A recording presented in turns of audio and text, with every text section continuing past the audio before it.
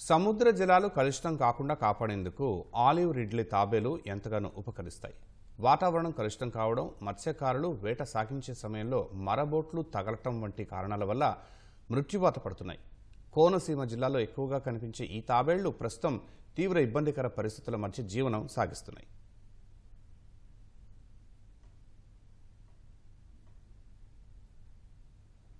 సముద్రంలో నాసుని తింటూ సముద్ర జలాలను శుభ్రం చేసే ఆలివ్ రిడ్లీ తాబేళ్లు ప్రస్తుతం ప్రమాదపు అంచునున్నాయి. అంతర్వేది మొదలు భైరవపాలెం వరకు ఉన్న సముద్ర తీరం వెంబడి వీటి మృతదేహాలు ఇబ్బడిముబ్బడిగా కనిపిస్తున్నాయి. సుమారు 50 కిలోల బరువుండే ఈ తాబేళ్లు 50 ఏళ్ల పాటు జీవిస్తాయి. సముద్రంలో వేటకు వెళ్లిన మత్స్యకారుల మరబోట్లకు చిక్కుకుని మృత్యువాత పడుతున్నాయి. గతేడాది జిల్లాలో సుమారు 70 వరకు తాబేళ్లు చనిపోయినట్లు అధికారులు తెలిపారు.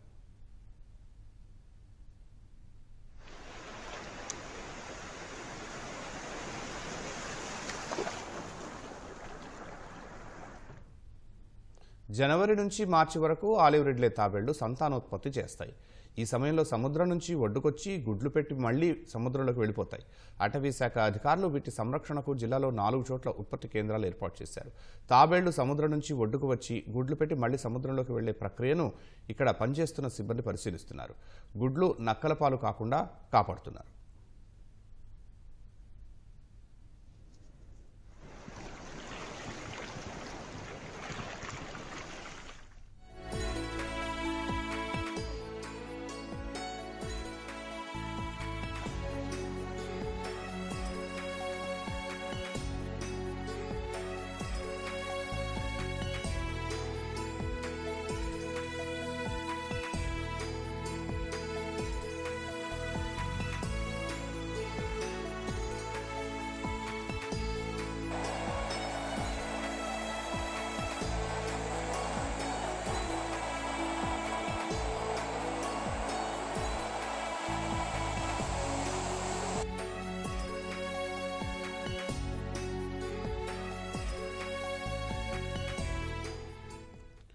భూమిలో పెట్టిన గుడ్లు 45 రోజుల వ్యవధిలో పిల్లలుగా మారుతున్నాయి.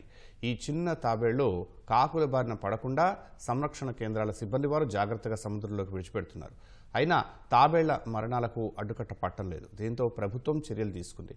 సముద్రపు ఒడ్డు నుంచి 5 కిలోమీటర్ల అవతల చేపల వేట సాగించాలని మత్స్యకారులకు సూచించింది. దానిలోపు వేట సాగిస్తే చర్యలు తీసుకుంటామని మత్స్యకారులను అధికారులు హెచ్చరించారు.